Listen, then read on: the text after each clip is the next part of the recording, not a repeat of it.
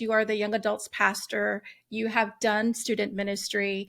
And so you have a heart for the younger generation. We have several listeners, pastors, bivocational pastors, church leaders that are trying to reach the younger generation. Some call them the generation of the nuns. They don't have any spiritual affiliation. The lowest attending church generation. And so what advice would you have for pastors to help us to reach the younger generation, to maybe introduce Christ, get them into church, disciple them, as you have said, and what happened with you? We're so big on getting people into church when Jesus, the Great Commission, is like, go to them.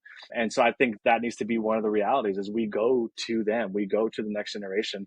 If we're expecting somebody to come to us, I think it has to come with maybe the prerequisite of going to somebody else and meeting people where they are. You see Jesus constantly doing that throughout all the Gospels, of meeting people where they are in homes and settings. Since I've been in youth ministry for my wife and I, Summer, we have just been really big on going to where people are, whether it's pulling up to their sporting events, like what are the things that they love to do, and how can we just come and support and be alongside them to be a presence there.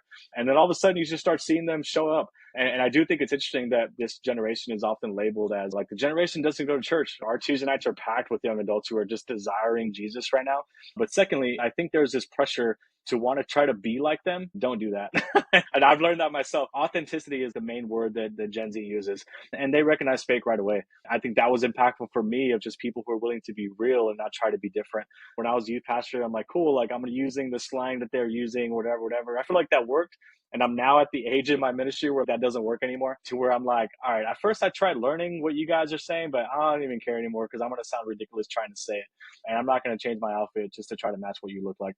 I think that the bigger thing is they just want to encounter real, genuine Christians.